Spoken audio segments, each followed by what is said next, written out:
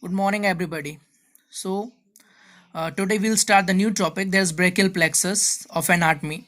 It's very important topic and frequently it is asked in exams.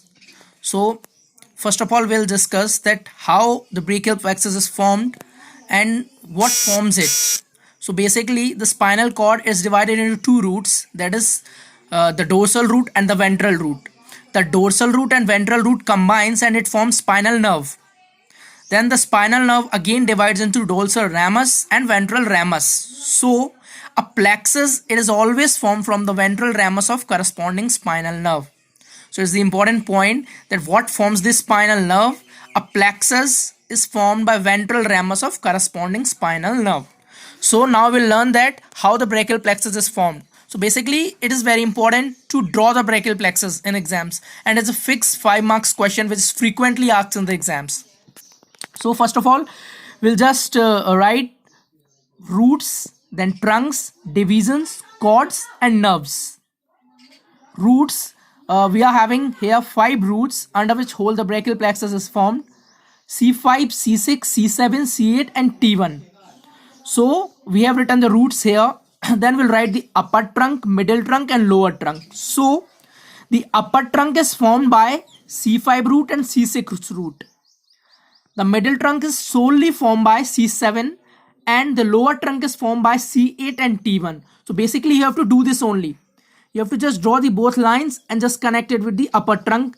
A single line from C7 and connect it with the middle trunk, and C8 and T1 just forms the lower trunk. So these are the trunks. So you have to just don't mug up these things.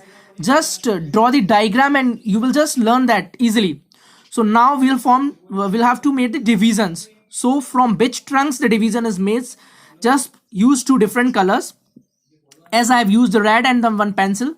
So from the red, each trunks divide into 2 divisions. That's a dorsal division and ventral division. So dorsal division I have just drawn with the red pen, and the ventral division I have drawn with the pencil. So the dorsal division and the dorsal division from upper trunk and the dorsal division from middle trunk and dorsal division from lower trunk, these 3 will go and form the posterior cord. So posterior cord is formed by all the 3 dorsal divisions of all the trunks. That is upper trunk, middle trunk and lower trunk. It's a very important thing. Okay.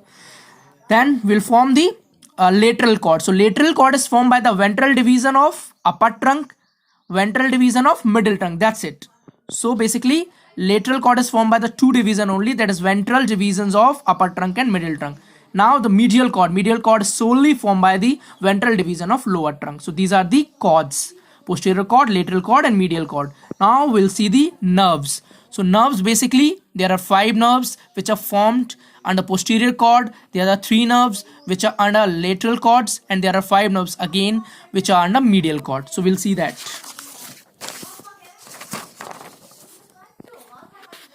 Now we'll see the branches of cords, that is. So first we'll see the lateral cord. Lateral cord is having 3 nerves, that is lateral pectoral nerve, lateral root of median nerve, musculocutaneous nerve.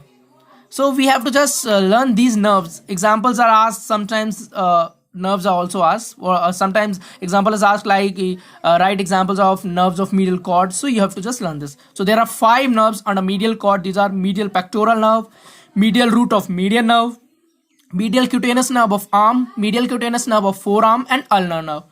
And then posterior cord also comprises of 5 nerves, that is upper subscapular nerve, lower subscapular nerve, axillary nerve, nerve to latissimus dorsi and radial nerve. So here we finishes the brachial plexus. Thank you guys for watching my video. Please like, share and subscribe my channel.